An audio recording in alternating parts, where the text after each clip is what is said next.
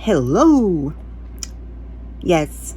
Hello, friends, followers, people that just stumbled upon this, and those people that like to just find this amusing to make themselves feel better.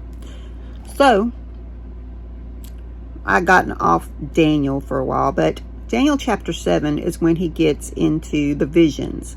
The preceding chapters were kind of like the story of him with Nebuchadnezzar. You can go back and listen to those if you want.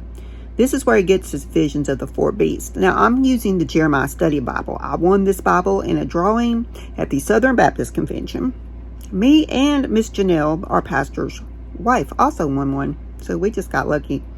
And it is really great. Explains a lot of different things. And yes, I'm looking a little wild, but I got home from work and it's time to rest, and there's a thunderstorm going on, but I'm thankful for that because we've been having wildfires and we need rain. So the vision of the four beasts. In the first year of Belshazzar, king of Babylon, Daniel had a dream and visions of his head while on his bed. More like visions in his head. Then he wrote down the dream, telling the main facts. Daniel spoke, saying, I saw in my vision by night, and behold, the four winds of heaven were stirring up the great sea. And four great beasts came up from the sea, each different from the other. The first was like a lion, and had eagle's wings. I watched till its wings were plucked off, and it was lifted up from the earth, and made to stand on 2 feet like a man, and a man's heart was given to it. Now, the side notes here, because there's a lot of them, and of course, because it's a study Bible. So, in Daniel 1 through 6, in chapter 7, Daniel interpreted dreams for others in the first part of Daniel. In chapters 7 through 12, Daniel will interpret his own dreams through an angel. Daniel's 3 visions provide signposts regarding the end time phases. The rise and fall of the first 3 great kingdoms of the world, starting with the Babylonian kingdom, which that's what he was living in the beginning. The establishment of the 4th kingdom.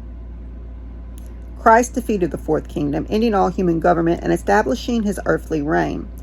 The first 6 chapters of Daniel present a historical, chronological thing that took place over 22 years, which I just kind of briefly touched on that when we started. In chapters 7 through 12 are prophecies that were received during this same time.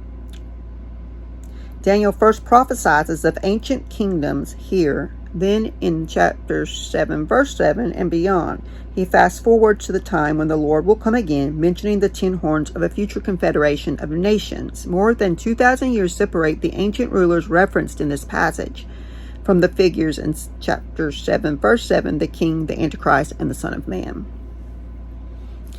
I'll go back to the book now instead of side notes. But there's a lot of symbology here. So it's just pretty deep. And suddenly another beast, a second like a bear, it was raised up on one side and had 3 ribs in its mouth between its teeth. And they said thus to it, Arise, devour much flesh. In his dream, Daniel stands by the great sea, which is the Mediterranean Sea, as winds from all 4 points of the compass, the our side note again, blow in, churning up the water. This portrays the world's chaotic condition. Throughout history, animals have often been used as symbols of kingdoms or governments. The 4 great beasts that come up out of the sea in Daniel's vision are the same nations in the same sequence as Daniel chapter 2, only this time the viewpoint is God's. When Nebuchadnezzar saw a monument to human achievement and national conquest, symbolized by the precious metals of the statue in his dream, Daniel saw animalistic kingdoms headed for destruction. The lion and eagle are the king of beasts and the king of birds, respectively. The symbol of the Babylonian Empire was a winged lion, symbolized by the head of gold in Daniel 2. The head of gold has become a lion in God's eyes. The wings indicate the swift conquest of a strong and cruel kingdom. The second animal is a bear.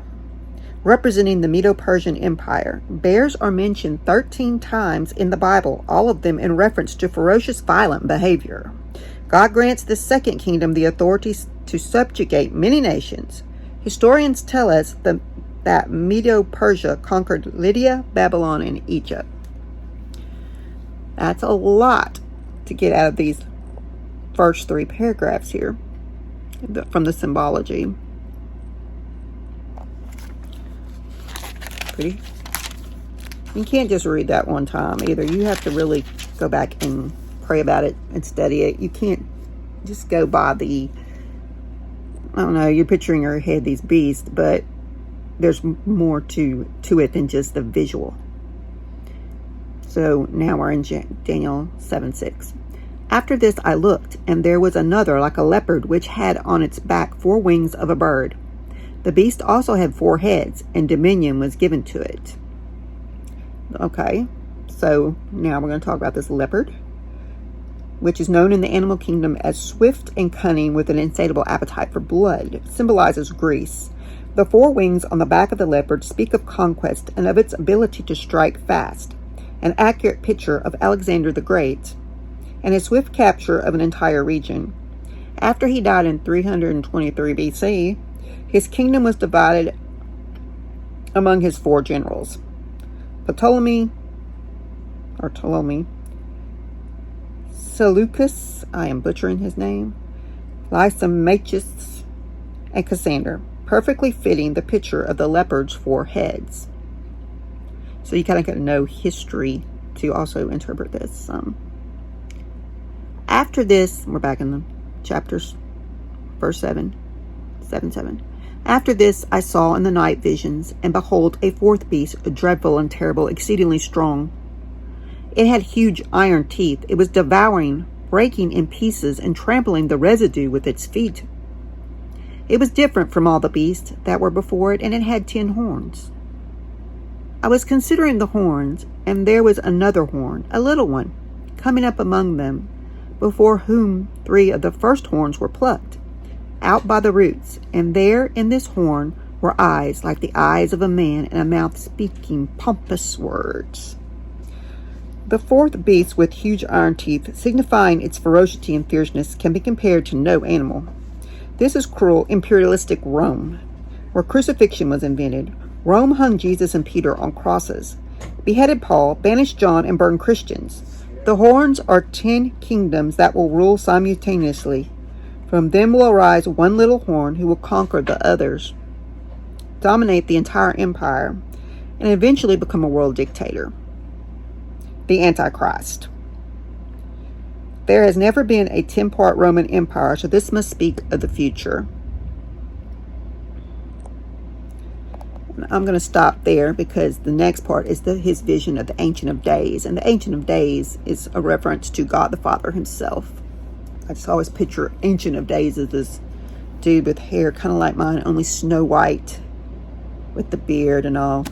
Anyway, we'll save that for next. I hear rain. Hallelujah.